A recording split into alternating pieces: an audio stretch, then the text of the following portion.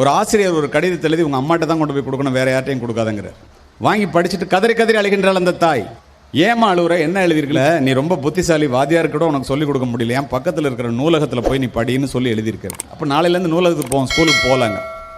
தினம் தினம் நூலகத்துக்கு செல்கின்றான். உங்களுக்கு தெரியும், ஆயிரக்கணக்கான கண்டுபிடிப்புகளை கண்டுபிடித்த தாமஸ் ஆல்வா எடிசனுடைய தாய் இறந்த பிறகு அந்த வீட்டை காலி பண்ணுறதுக்காக புக்ஸ் எல்லாம் எடுத்து அடுக்கிறான். அதுலேருந்து ஒரு பேப்பர் கீழே விழுது. தன்னுடைய ஆசிரியர் எழுதி கொடுத்த கடிதம் என்று தெரிந்த உடனே எடுத்து அவசர அவசரமாக படிக்கிறான்.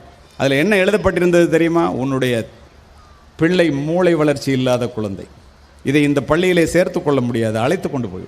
பதறிப்போன அவன் கதறி கதறி அழுகின்றான். என்னடா இப்படி எழுதியிருக்காங்க, நம்ம தாய் நம்ம புத்திசாலின்னு எழுதினாருன்னு சொன்னாங்க, அதை நம்பி படித்தோமே என்று தன்னுடைய டைரி எடுத்து எழுதுறான். உலகத்திலேயே முட்டாளாக பிறந்த, மூளை வளர்ச்சி இல்லாமல் பிறந்த என்னை உலகத்திலேயே அறிவாளியாக மாற்றியது என்னுடைய படிக்காத ஏழை தாயே என்று எழுதுகின்றான்.